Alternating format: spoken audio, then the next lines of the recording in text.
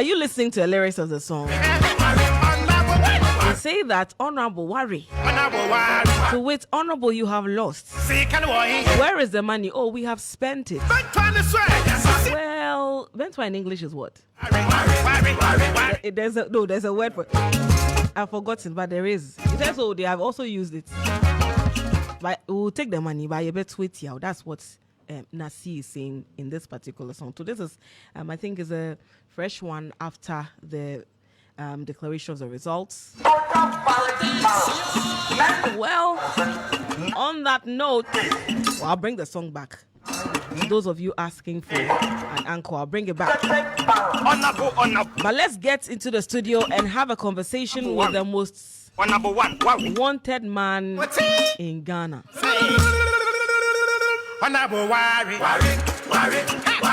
He predicted that some honorables worry. People didn't believe it. Me, I am an Okankwe South vote. Okankwe South constituency voter. That's Dankwah Newman. It was predicted. Through the polls, it showed that Dankwah Newman was going to lose. But I found it hard to believe because it's a very die-in-the-wool MPP constituency. Safe seat. It's a safe seat for the NPP. Since its creation, it's always been NPP. So I found it a little difficult to accept that Dankwah Newman would lose. Well. The sweetness of the pudding is in the eating, they say. He was very confident ahead of the polls. He says that it was going to be a one-touch victory. He said it was going to be a one-touch victory. Many doubted because it looked as though the governing party, the incumbent, was making inroads, especially in the latter days when they were commissioning. There were lots and lots of commissioning. People thought that was going to play a huge role with regard to how the tides swing. Well, here we are now. Mr. Dankwah, good morning. Good morning. How are you? I'm very well, thank you. You are the most sought after man in Ghana at the moment. Are you aware? I'm not quite sure about that. You are not quite sure. Are you sure? Maybe just a media frenzy. Just a media frenzy. I think so. You think so? I mean, but how are you? I'm doing very well, really very well. Just I haven't had a good sleep. Yes, you have been since last Friday. Yes. I'm still struggling to cope, but yes. I'll be okay. I know. Thank you for the service to Mother Ghana, and we appreciated that. You are not a very difficult resource person to reach out to. That's true. And we really appreciate it. It's my pleasure. So, I mean, how do you feel about the outcome of the polls? Yeah. First of all, looking at the work you had done prior to it and how it turned out, the outcome. We feel really vindicated in the sense that despite all the negativity against us and against me and my personality and the kind of ridiculous statement that were made by many other prominent persons in this country, from the second to the bottom of this country, I think we felt that we have proven ourselves and that we are not emotionally attached to the data. That despite our personal feelings, that doesn't override our understanding of the data. Look, we have never put emotions in reading our data. It has been purely data and nothing else. And once you do that, and it's a skill that you have to learn to do, I think you will always be vindicated. And if you watch, I don't gloss about anything. I don't make something bad look good. Okay. If it's bad, it is bad. If it's good, it's good. Take it or leave it. Did you at any point think that what if the elections were done? No. And it went the other way? No. You'd never? Absolutely not. You were that confident in the data? I was that confident. Look, we have seen a lot of data for almost 3 years. Mm. And I would never have gone against the data. Because this is data that comes from hundreds of thousands of Ghanaians. They couldn't have connived, colluded to lie to us. Yeah. And we have been to all the 275 constituencies then. Yes. We didn't go to SAL, it wasn't not created, or the Guan constituency. Yeah. But the 276 or 75, we've been to everywhere in the last 3 years. So why would I go against the data and follow what? Prophecy? Now, you were very confident that this was going to be a straight-up victory. It was going to be, as we call it, one touch. It was not going to be a runoff because of what you had picked on the ground.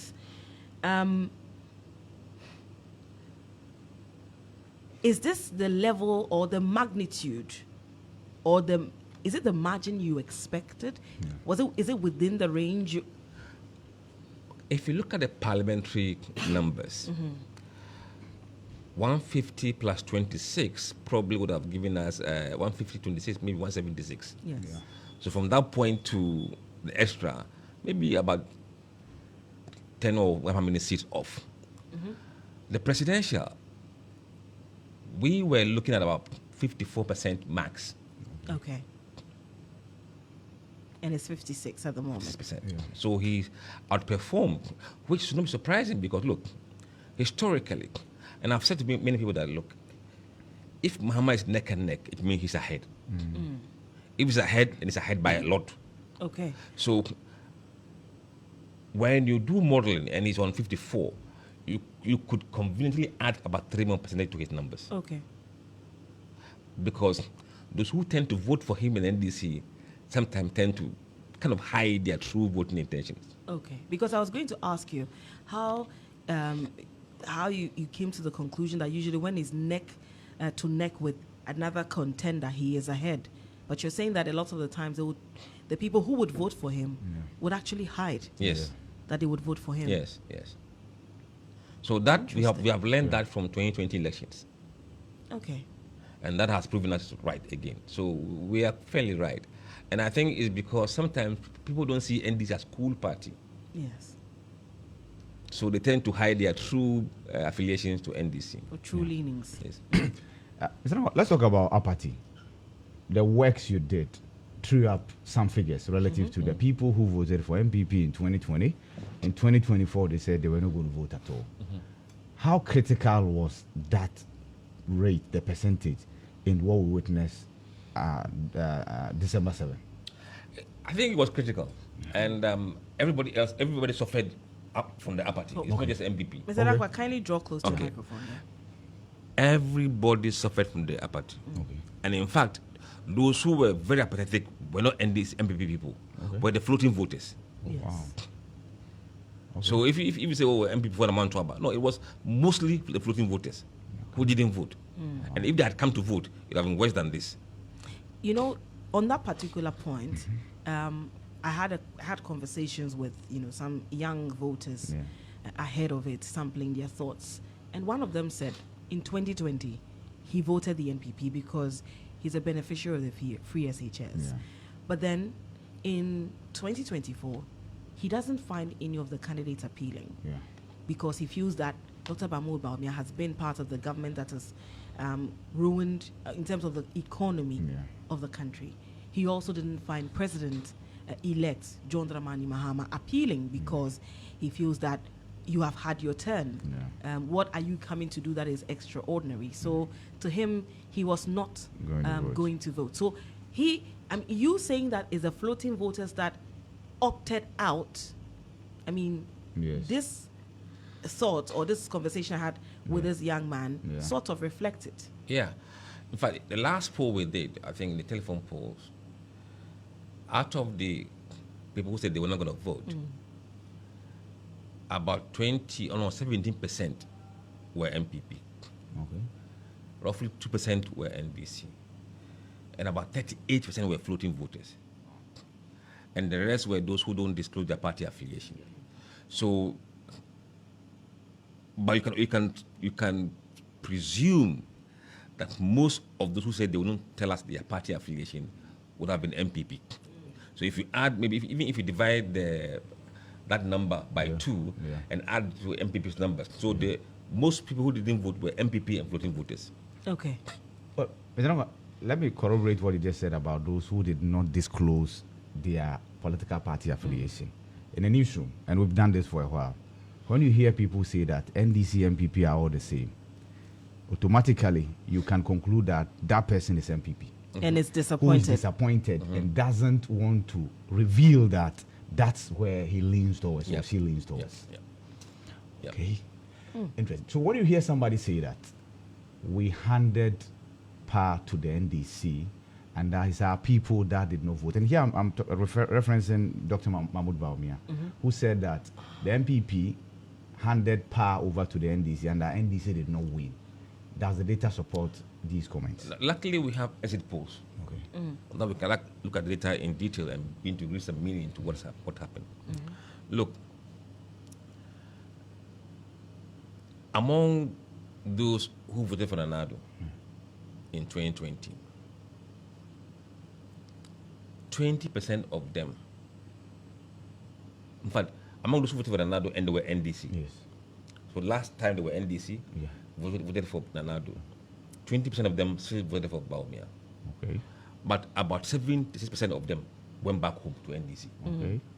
Okay. So the vote Nanado got was not just MPP vote. I mean, people should not misread those. Yeah.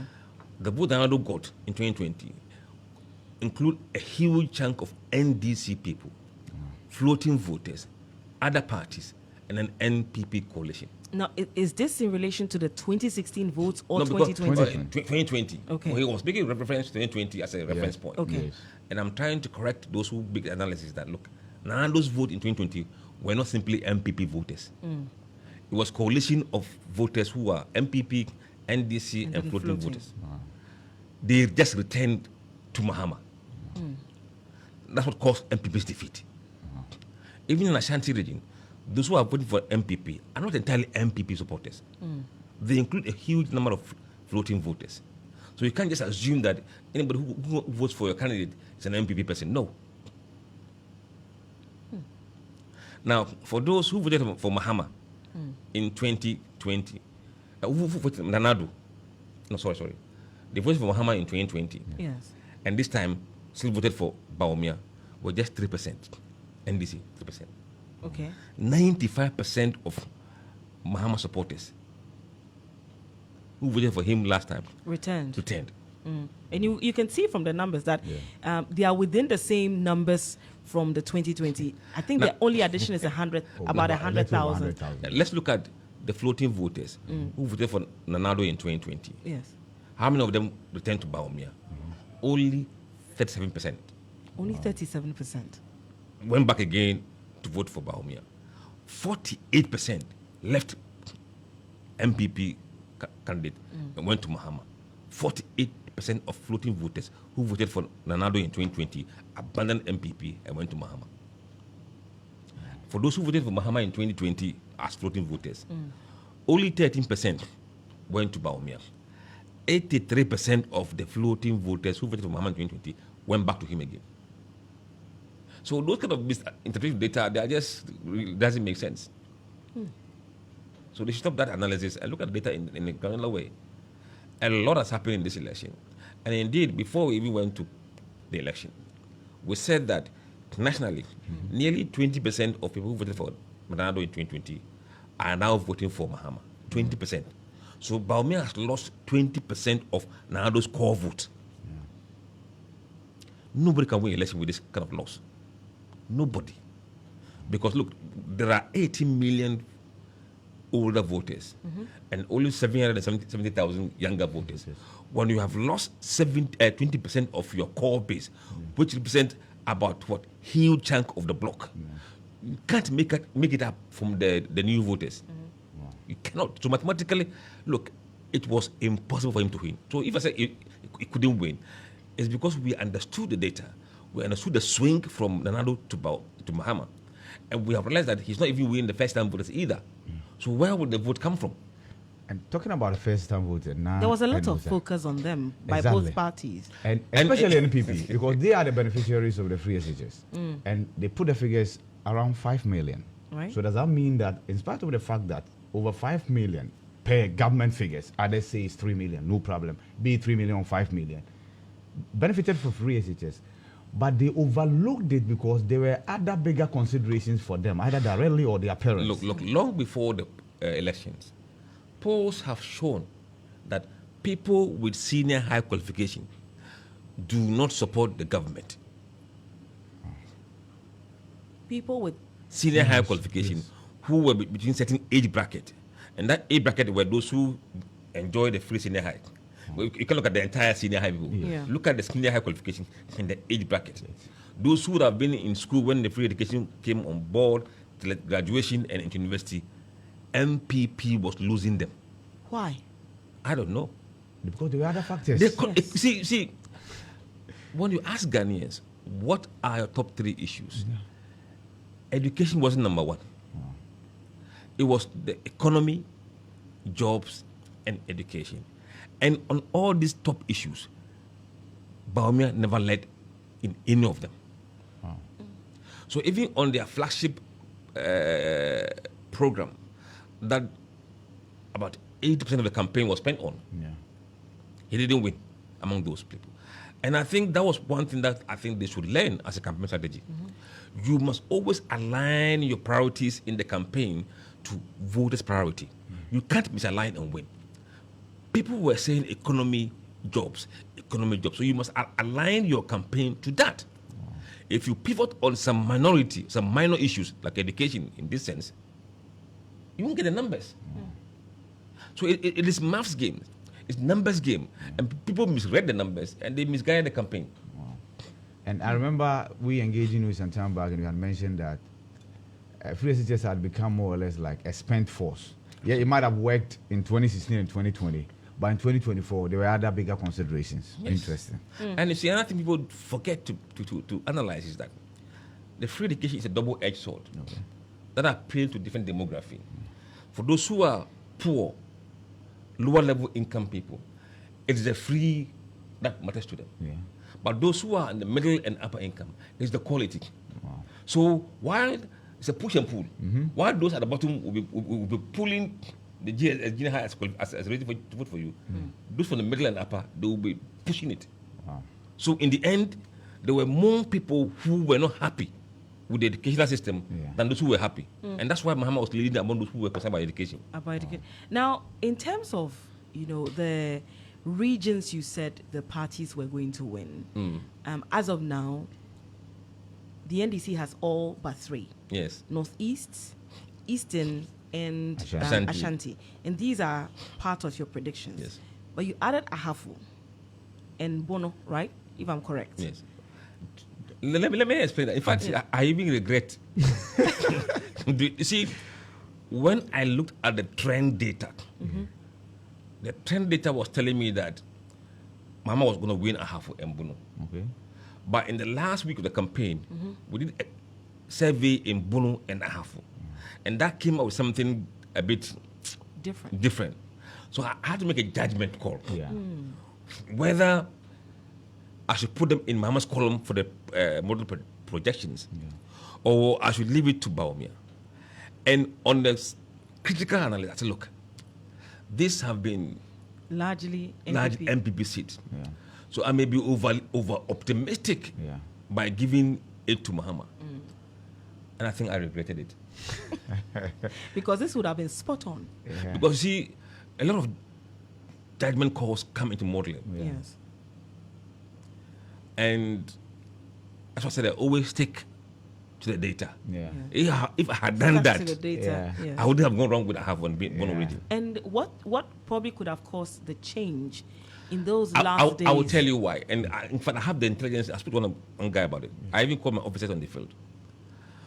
The polls were taken about 2 weeks before the elections. 2 weeks before the elections. Yes. Oh, a lot was happening during that time. Absolutely. And that's why we try to avoid polling during that cycle. Yeah. Money was awash. Wow. So when we were in the field, they thought, oh, these guys are coming to see who's going to vote for Baumia. Because For the goodies. Yeah. The small data will come later on those who thought monies and that kind of thing. So they were trying to blend in. So I said, okay, this is normally what happened, but let me look at the data again further. And in Ahafo, we found nearly 40% of Ewes and Gadangbe voting for Baumia. I said, this is not true. Yeah, it cannot be.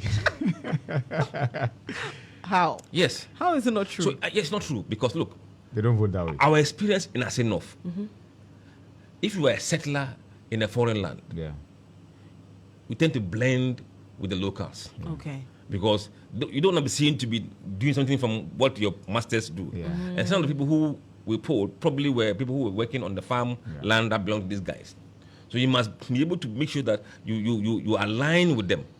But on the day, you reveal your true self. In Asinov, the polls were showing that the Ghana Dangbes and Ewes were voting for MPP candidates. Okay. And that became an alarming bell for NDC.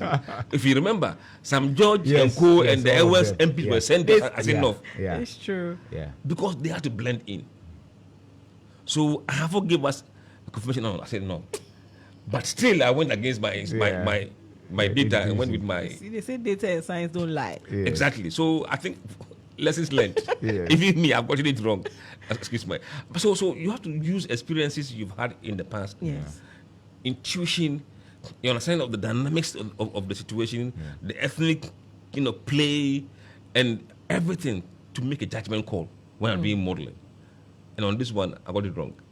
And so on that score, is that going to change the way you model things going forward? Because in our experience as journalists, if there is any voter who will not rush to disclose where he or she will vote, is the NDC voter. Yes. And it's been like that for God knows how long. Yes. They keep mute. And Katie Amon has actually related to this, that he never thought he was going to lose the Azansia Suka seat because the people had assured him that they were going to vote for him. He has a number of settler communities. He's a Muslim himself. So then he related directly. Not knowing what they told him, the assurance they gave him, they did the exact opposite when they went into the voting booth. Yeah, so I get the point you're making. So we've learned lessons, and that's going to inform us going forward. But it's quite fascinating when you're able to drill down the data. You see, the headline numbers doesn't tell you anything. When you drill down, that's when you see the real issues. Numbers. Yes. But what does the data tell you about the Ghanaian voter? That They are smart. Oh, they are smart. Look, you see, these crop of politicians have assumed that we guys are stupid. But the demography of people voting now, look, nearly 70% of people who vote now are younger voters. Yeah. These guys are smart. They're a lot smarter than those who were voting during Rawlings' time. Look, there's no longer an influencer in Ghana here. Vote here and they will go. Nobody. Wow. People have lost their influencing role in the community. No malam can stand and say, Mujenanga Abibayenshi. No. Yeah. Go and vote for this particular person. Yes. People have their own mind. Yeah. So you need to appeal that person as a person. So anybody who does any election calculation, say that, if I have malam, I can add 10 people from the malam, massa, you are lying. I think we'll spend time talking about the role religion played in the outcome we have witnessed. Or whether it played a role at all. Let's focus on the Western region. I must confess, I didn't believe you when you said Western region was going green, and I made that abundantly clear on this platform. I mean, just like how Okankwe South, I thought it was going to remain blue. Yes. What was it from the data that convinced you that Western region was not turning green, just green, but Kontumre green, as we have witnessed? Because 17 seats, and NDC NDC has has 15. 15. You know, Sometimes people wonder, why do you go to MPP areas and poll? I don't have money to go everywhere. Why would I go to NDC stronghold to poll about what they would do? I know what they would do. Yeah. But I need to see what the MPP areas would do. That will give me better insight than going to NDC areas. So we went to Isikado, Ifia, Kitan, Isikado Kitan, Shama, Kwesimintim, and the heartland of MPP in the Western region. Sekendi, including Takwanswim. The signs were on the wall because the previous election, there were some shenanigans here and there. Yeah. Look, when you do analysis of the polls we done in those enclaves, Baumia was performing 29% worse than Nanado in 2020 elections. Wow. In the MPP heartland. Wow. Right? And Mama was doing 22% better than what he did last time. This is not the whole Western region. This is just the MPP stronghold. So if you want to extrapolate this across the region, it will be catastrophic. That was exactly what we saw. Accra to the same thing. We didn't bother go to NDC areas. We focused on what? Ablekuma South. No, Ablekuma West. Ablekuma North. Awasu Central. Awasu West Wagon. Anya Sotu. Trobu. Ukakwe Central. Dome Kwabinya. These are the MPP heartland in Greater Accra. Wow. And the numbers there were telling me that nearly 25% of voters who voted for Nanado in 2020 have switched to Mahama. 25% in MPP stronghold. Wow. But the data doesn't tell us why the switch. No, if you you don't have to you triangulate and see what did they say about the direction of the country. What did they say about the standard of living in the last 12 months? They were all worse. So they were worse off economically, worse off financially, and they're not happy about the governance as well. Absolutely. And this includes a huge number of MPP voters. So MPP voters not just sat home; they went and voted for the opposition candidate. Ablekuma West. Esla also Kufu. In fact, the first prediction I saw from your end that Esla was likely to lose the Ablekuma West seat was before the MPP primaries. And long time ago, she was on the rope. Yes. And I remember one of his contenders used that, Ronnie Nicole, when we even engaged him, used that as basis to tell the people that they should change candidate. And so I'm sure you were not surprised. You see, this poll we do, it is to inform voters and inform delegates that watch the choice you make. It could have electoral consequences. When you are within your own household, don't elect someone who cannot win. Unless you have a strategy for him to win. If you don't know how to make him win, don't elect him or her. Another constituency, Iowa West Wogon. Yes. Early on, you had predicted that. No, those were the easy predictions. Oh, really? Yes. And with that one too, let me confess, I didn't see how. Iowa West Wogon. She lost by only 2,000 votes last time, so she was probably long gone. Wow. And at the time, the students were not on campus. They would have voted against her anyway if they were on campus. Exactly. Now that they are on campus, you are dead finished. So, I remember 4 years ago when the margin was 2,000. And we're having the conversation at home. And I had told my older sister that one of the key reasons is because the students were absent. Yeah. And I told her that, but I had forgotten about it totally. So when we're having the conversation, I was like, I'm surprised Lydia won. And said, don't you remember you saying the last time that because the students were absent, it affected Domelo? Because I think he endeared himself to the students. Yes. And they feel that they can identify with him more because he's younger compared to Malidia. Yes. That's it. It was gone. It was gone a year after she had won the seat. So why? How? Oh. Now you see, when you expect a huge chunk of voters to suddenly appear in the next election, you can mathematically know that she's going to go. a chunk were disenfranchised because they weren't in school because of the COVID. Yes. And that gave it advantage. Now, how she's going to survive? She must have known. Come on. Unless they're not working with data. Was the outcome of your survey aided by the wave? Because, for instance, constituencies that have been noted for not retaining the IMPs, this time around have retained the IMPs. Lejekuku Okoboy, the health minister, with all the resources, could not see anything there. He didn't see that coming. You see, Yes. I said much earlier on to many researchers and many posters and that, please, please, please, whatever trend you have in your room, leave it. Wow. But no trend would hold true. Wow.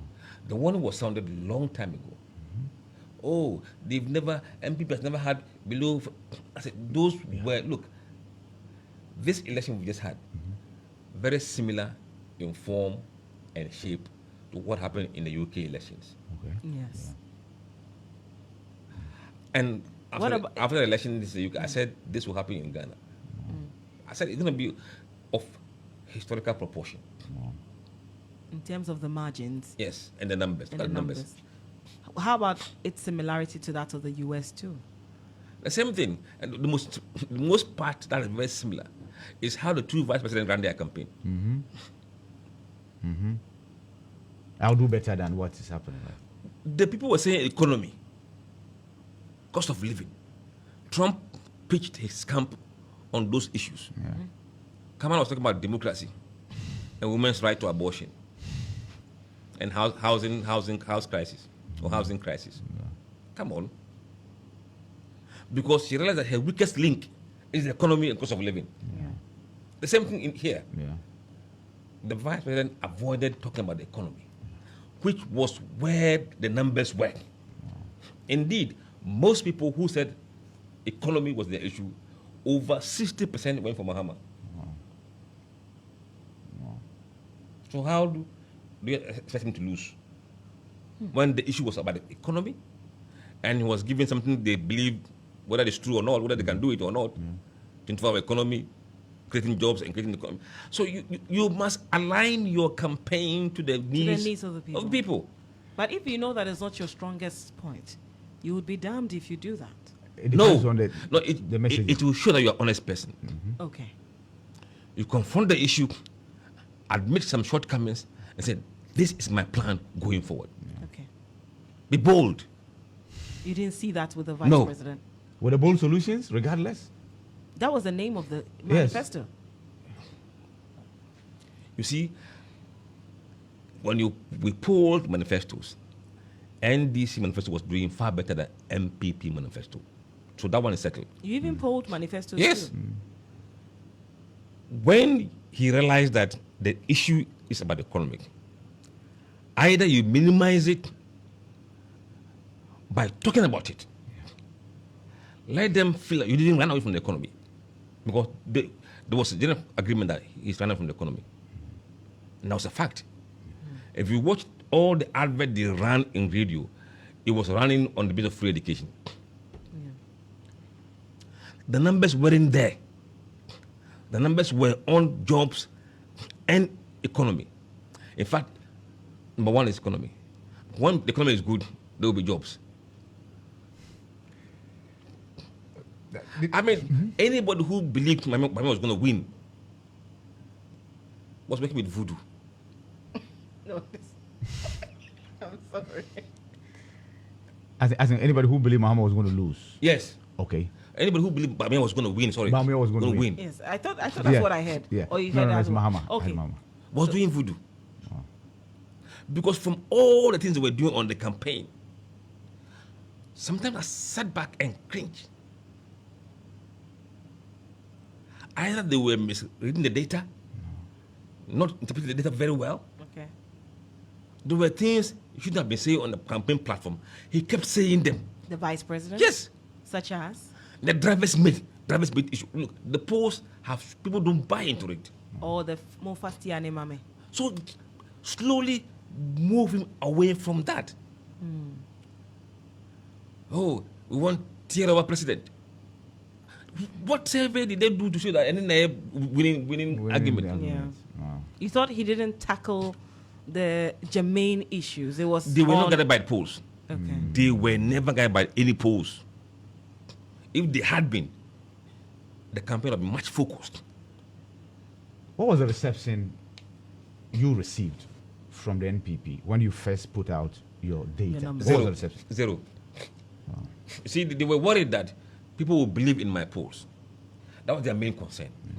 So what can they do is to tarnish my image completely, run me down so that people don't believe my. In fact, I was in Jirapa for a training program. And people were coming to me that, oh, they are using my name in Naa Dedei, saying that they shouldn't believe my poll because my poll is wrong. But rather, the one that is showing 49%, that's what they should believe in. That's fine.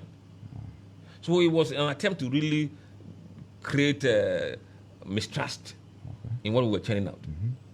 I mean, for any political campaign, you try and do that because even in Trump, during the I think September, October polls, when he was underwater, he was saying, oh, disregard the poll. And they do that. I mean, it's not surprising. Yeah. But I think they went overboard. You know, we talked about the issue of apathy. I believe sincerely that the NPP knew that they were going to experience high levels of apathy in their stronghold, the NPP, the Ashanti region.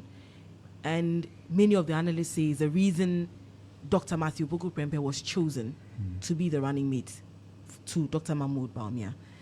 Days leading to the elections, the vice president was there for about 15 to 20 days seeking to court the people to go and vote.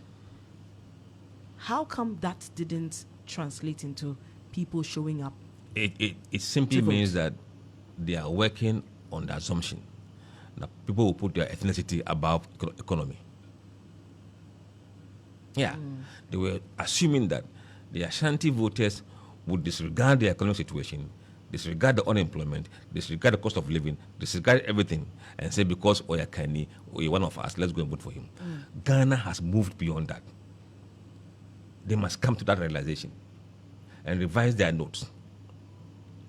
Look, I remember in 2008, 2008, yes. when John McCain lost the election, and they were interviewing one of his campaign aides.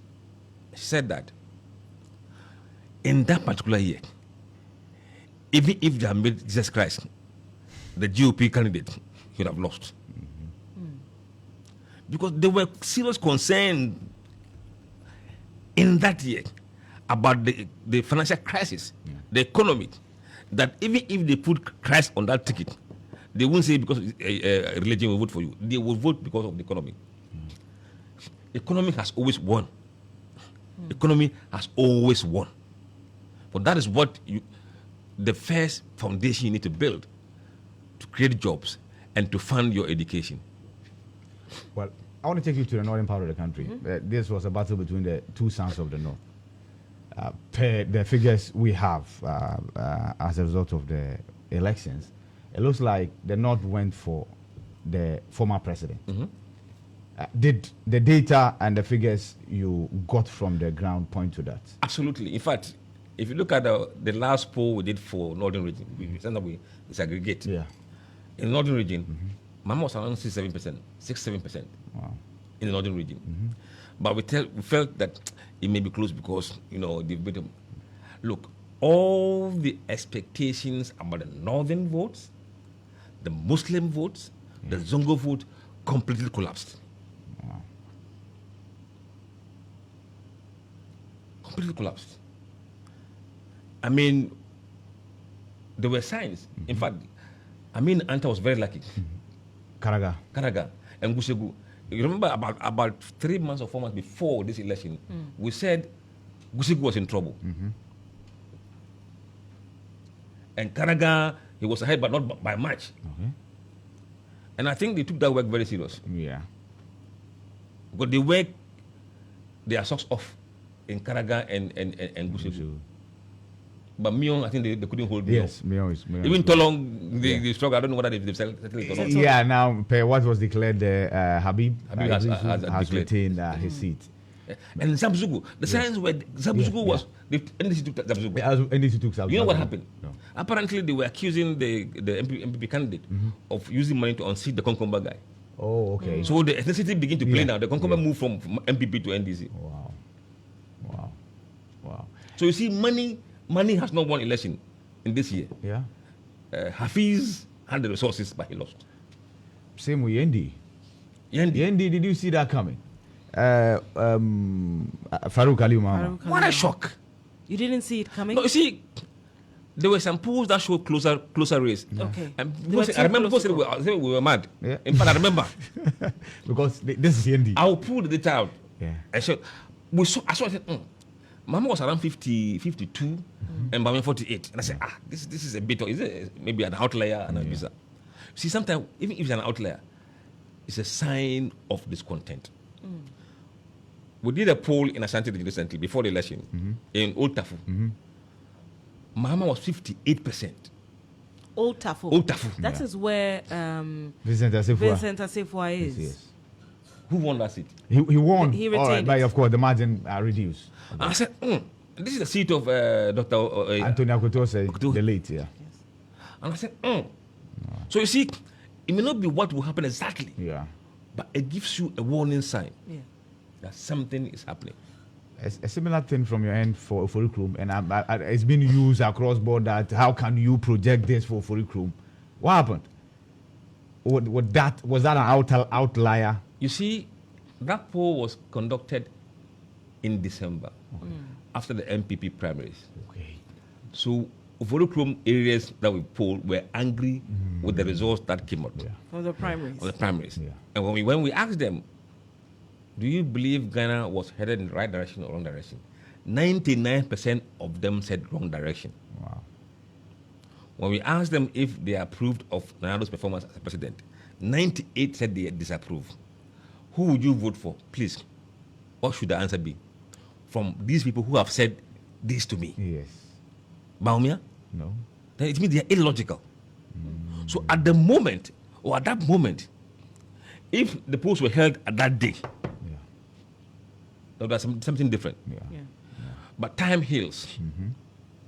And you see, you don't sit back in January and say, this is what will happen in December.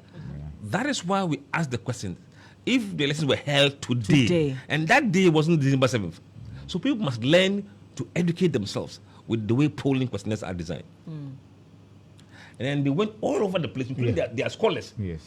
That's what even annoys me. People who ought to know, who ought to do basic research. And indeed, the sample deployed in the Room was just part of a national sample that was deployed in there. So you couldn't even take that report, that section of the report, to conclude about what will happen in the Room. And indeed, those who said MP was going to win 149 seats, they used a sample of 200. So you see where they have given them. So let's talk about sample size. You've had reason to school people on sample size, on social media and what have you. So what is this sample size conversation? What is it about? A sample size of 2,500 a week has given us precision. So why should I go and do 18,000, 19,000? 2,500 a week. Yes. Randomly selected from a pool of people who we haven't seen before. We don't know their faces. Now, I want to know about the constituency I live in, Okankwe South, which has been NPP all along. When did you pick the indication that this was a seat that was going to go? I think sometime back in May. In May? May, yes. This year? Yes. We polled there, and the Akua Newman was 2% ahead of Kion. And when you compare what she got last time and the poll, that was total collapse. So that's how I look at things. Where was she last time? Where is she now? If, for instance, she was ahead about... Let's say she won the race by 65%. Okay. And now you are 52. You are gone. So when NDC was 2 points behind, I knew with the time they have, the momentum will not be on MPP side, but NDC side. When it's a change election, in the last 3 months of the campaign, the sitting party doesn't get momentum. It is the opposition that keeps the momentum and sweep. The area. Yes. And So- the margin was You see, when wide. people were saying, 24,000, 27,000. Yes. when people say, "Oh, the gap is closing," I was laughing. Oh, the gap has closed. Now MPP has a chance. I was laughing because that narrative was completely opposite. They were rather hemorrhaging in the polls in the last 3 months of the campaign. The vice president said momentum was on the side of the NPP, and that was what was scaring the NDC. And Some NDC was I panicking. was having calls from NDC people. They were scared. They were panicking. I said, you guys are doing your campaign. Why are you calling me? Don't you have your own internal polls? You know, the Dankwah Newman situation, after, so when I was doing my rounds for reporting that day, and I was trying to engage a few people, so there were just two guys I was engaging. They said that in 2020, they were actively involved in Dankwah Newman's campaign. Yeah. However, ever since the elections, after the elections were over, she was not paying mind to the youth in the area. Yeah. They say she was rather more concerned about the older people in the constituency. Meanwhile, it was the youth that drove How many her. people are in the constituency? Take a register and see who. Yeah. Yeah. That's what those two were telling Yeah. me. And then they also said that they've been looking for jobs and it's been difficult. Yeah. One of them said they went to the MP's office and the MP drove him out. And I said, but it's not the MP's job to provide jobs for you. He said, oh, yes, it's not the job, but how you even receive me, Yeah. and how you will talk to me. Yes. And so they said they had decided that they were not going to. And I said, oh, are they sure that she's going to? They said, oh, she was going to lose. I didn't believe them, sincerely. Yeah. Once the odds, in fact, Kyung did a lot of work. Credit to him. He was using his private resources to fix And roads. I live in the constituency. I live there. Yes. I have never seen an NDC candidate as visible as Yes, this Kyung. young man in question. So the road fixing I've been talking about. So, for instance, maybe a road is done and then, what's the name of the metal they put between The metal rails, right? Yes. When they do that, so that you can connect the one side to the other, Yes. there was this part where the metal kept falling inside consistently. Yeah. And it sometimes will fall there to take so long for it to Yeah. be fixed. Eventually, he came to use he got some people to use concrete to fix it, to connect the two, and that problem It's been resolved. has been resolved. Yeah. Let me talk about religion. It's a topical issue. We talked about Imam, and Imam said, of course, we hear some Imams say that vote in this direction. At the latter part of the campaign, we were told Archbishop Ajanasari had posted something on a private WhatsApp platform. Another pastor decided to make it public. The president was incensed. Did religion play any role in the outcome we are witnessing? Among Muslims, no. Okay. Christians, to some extent. Wow. Okay. The Yes. Muslims didn't mind. Look, Muslims are not religious. They don't vote by religion. No. And I think Bawumia made some huge mistakes from 2019 or throughout this campaign. I am a Muslim. My parents are Christians. I lived among Muslims.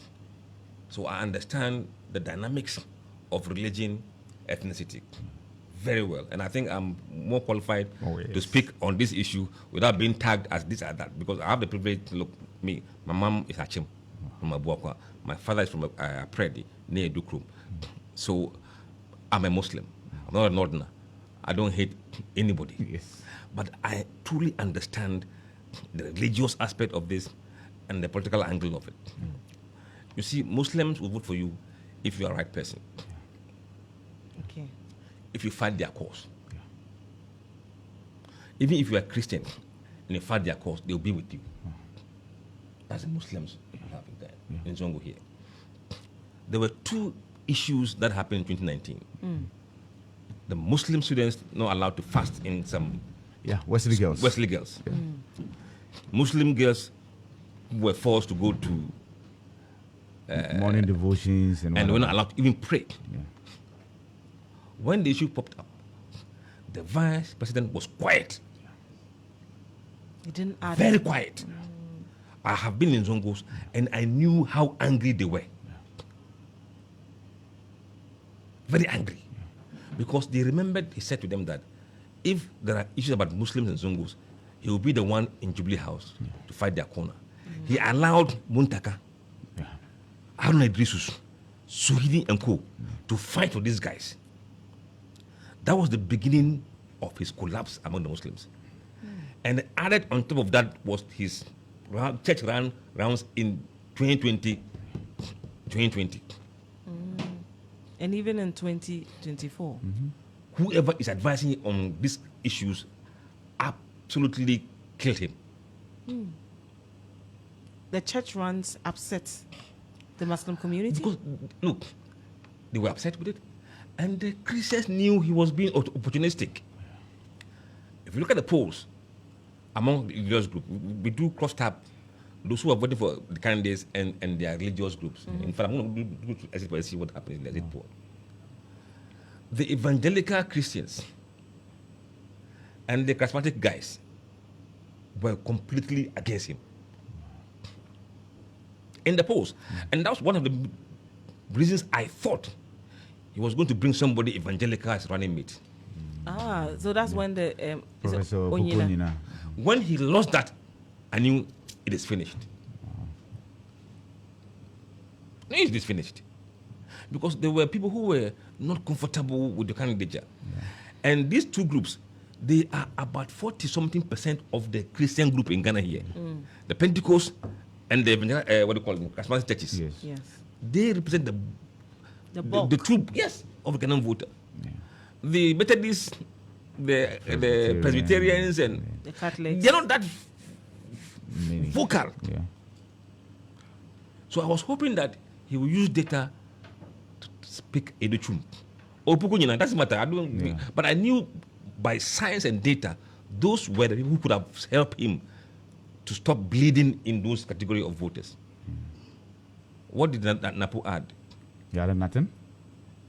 He cost him. He said even God sleeps. He cost him. Wow. Because Napo? yes, he did. How? The floating voters were not enthused with him. And then the last presser or the presser he did with media absolutely destroyed him among floating voters. And once you lose floating voters, it is finished. The vice president's Yes. last presser with Absolutely, yes. with journalists, him Yes. answering questions, Yes. rather cost him. You know about that question, if I do it today or that tomorrow. That was not the narrative he was hoping to have after the event. And we have polls showing what he was doing among floating voters. And after that event, how his numbers were panning out among those groups. Cheddar, you had some great figures for Cheddar, but getting to the latter part You of know, the listing. I said, look, there were two Yeah. things that Yeah. probably happened. Yeah. If you are backed by younger voters, be very careful. Yeah. They are not committed to voting on the voting day. Okay. So they are what I call the risky voting demography Okay. I can have. So that was his first risk. Okay. Secondly, people were saying that they believe there's a rigging machinery in place. Okay. This election could be rigged. Yeah. So, should we risk giving the vote to Cheddar Wow. and create a closed election for the rigging to work? Should we stick to Alan and allow the gap to close so that there will be rigging can be effective? When they got there, I think they put Ghana first. Wow. Nobody wanted the stress of a second No, round. nobody wanted the second round stress. Okay. And also to allow any vaccination to happen. So they went straight. That's why the poll numbers are completely off mark to some extent. Cheddar beating Alan, did that come as a surprise? No, Or no, in no, your but polls? the poll has always said that. Yeah. Now, the issue of Cheddar, you talked about young people. When you have young people supporting you, they may not entirely be committed to voting on the day. Now, beyond that, do you think that some of the utterances of Cheddar himself might have, Cost him a bit. especially during the protests Yes. against Galamsey, and what he put out and describing the act as criminal sort of. What I said to one of the leading people in democracy advocacy is that Cheddar needed someone to guide him. He needed to have a matured strategic advisor around him.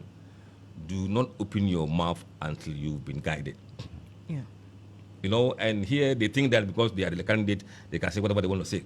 Look, elsewhere, you are guided by the strategies because a word from your mouth could throw your campaign off balance and you will be finished. And I think they fixed the campaign, fixed the country campaign, and the comment he made cost him a lot of votes. Many of the youth. Yeah, many with the youth were really for the fix the country and fix Galamsey, and for you to say something that is contrary to what they believe in, it means they no longer share the same belief as you do, so they felt a bit put off. Quiet. Yeah, of course, I'm sure we're getting ready to wrap up. Do you see a comeback for Dr. Mahmoud Bawumia? No. Why not? You see, the demography of the party is very important. The delegates. In the last primaries, we saw how it went. Nearly 65% or more of the delegates of MPP are Akans. So for them to elect non-Akan, then that person must be exceptionally good. Free vote. Yeah. I don't think we agreed that there was a free vote in the primaries last time. A lot of arms were twisted to get him elected. And having lost in this manner, in this way, in this critical election, I find it very difficult for these same Akans to go and re-elect him again. And for the fact that he promised to bring the North to MPP, that has failed. He promised to bring the Muslims to MPP flat. He promised to bring the Zongos, that didn't happen. So what will be his strength, his argument next time that he will bring to the table?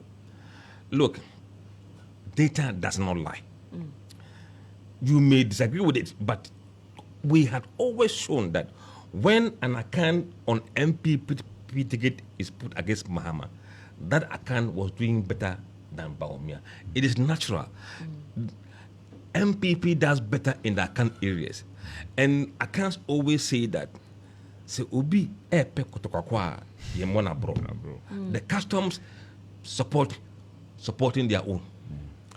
But you know, what about those who say that this particular election, for instance, was not really about Dr. Mahmoud Bawumia? Yeah. That it was a verdict on Nana Addo. President Akufo-Addo and his governance. But it didn't help that he was the head of the economic management team. The vice president? Yes. Look, if it was Kennedy, he could have run an election campaign against his own party.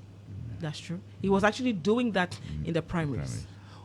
We wouldn't have had this blowout. It's a fact. I mean, you can disagree, but look, Kennedy would have run a different campaign. He would have been the only one who could run against MPP and run against Mahama. Only one who could do that. He has his own issue. But I don't think he would have won the election anyway. But it would have been closer because the economic issue would still be bigger. But he would have been more credible candidate to other people, non-MPP guys, than what Bawumia was presented to. So the point is that I think Bawumia was the weakest candidate in this election. Well, how about the argument that changing Bawumia could be counterproductive? The odds were obviously stacked against him. After the party doing 2 terms, since 1992, it's never happened that any party has been able to break the 8. You went for him because you wanted the southern vote. You went for the unconventional. The outgoing president got 3 opportunities. Now, if the odds were stacked against him, you all knew that whichever candidate MPP presented, the person was going to lose. How about you bring him back just like you did Nana Addo? Because if you don't, the Northerners will feel slighted. It is the margin of loss. Okay. That is the issue. Okay. And that even in Eastern region, it was almost neck and neck. You see, you can bring the horse to the river, but you can't force it to drink. That's true. I'm an Akan. I know what goes through our heads. Yeah. I asked even my mother, I asked her a simple question. And the answer she gave me, I won't tell the public. It confirmed what I've always believed. Was believed. Interesting. Have you ever received threats? No. Yeah, in the course of your work. No. Have you been approached to shift your post to favor one party or the other? Because there are other posts out there that, No, you see, compared to yours, were like heaven and hell. Someone came to me if I could do a poll to show MPP was winning. And I said no. That was just once. Oh, okay. And I said, you should know me. You shouldn't have even come to me with this kind of thing. So don't. And that was it. They won't really approach you. Okay. But they know your principle. You know your value. You know what you stand for. They won't. Now, Ibrahim asked you about whether you see a comeback for Dr. Mahmoud Bawumia. You say you don't. No. And you talked about Kennedy Japan. Yes. Do you see a comeback for him? I do. You have better argument. In fact, if Bawumia comes, he'll be in a weaker position on the campaign trail than the last election. Kennedy Yes. Japan. You also said Napo didn't add anything No. to No. Dr. Bawumia. Well, how about Nana Jane? What did she add to? Look, remember I said much earlier on that this election will not be our running mate. I said that several times. But NDC, she didn't destabilize their numbers. Okay. It was a known face, continuity, don't rock the boat, don't fix it if it's not broken. So they kept sanity in the campaign. If you had replaced it, there will be rancor in the first few months. You don't. So just keep it like that. But she added something in the last election, which people have not mentioned. Well, now that she has, how many seats have they won in Central Region? 18 and So counting. Would you say that she brought it? Well, So for me, this election was about the two candidates, Bawumia and Mahama. okay. And to some extent, Nando's referendum. You see, Nando is very unpopular among voters. And for him to even go on campaign and be reminding people was even more annoying to the voters. And I was telling them that they should let these guys stay at home. I said to someone, one of the Bawumia police campaign aides, I said, look, please find some elderly person to tell him to stay at home. Once he's on platform, people are now looking for Bawumia as Nanado. Now, the NDC has absolute majority. How dangerous is that? Many people have said that that's a danger, and that if the party wants to abuse it, we are all dead. No, look, we would know whether they are true Democrats Or not. or not. It's a test for them. Test for them. If they are wolves in sheep clothing, we will know. Once you've given this number, use it responsibly and democratically. And I don't think they should push anything that people look, and we'll be there to guide the country. If there are any issues, we'll poll and let them know what the people are thinking. If they dare make a mistake and go against the public, they will be in a worse situation than MPP next time around. Have you heard from Professor Smasapong, your good friend? Because like when I talked about polling being hell and heaven. Ibrahim, why do you bring? Look, let me stay with what I have done. Mr. Dankwah, I know that you have other commitments this Yes. morning. I truly appreciated that you made time to be with us this morning. It's my pleasure. God Always. richly bless you. I truly appreciate it. We're grateful. Ladies and gentlemen, the most wanted man. Yeah, somebody sent a message there. Once we say he's the most wanted man, let's arrest him here. Oh, no. In fact, let me change it. The most sought after. Yes.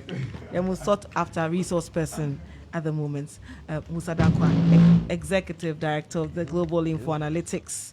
And he made many of the predictions we are seeing today after the polls. It's a Morning Star here on Star 103.5 FM.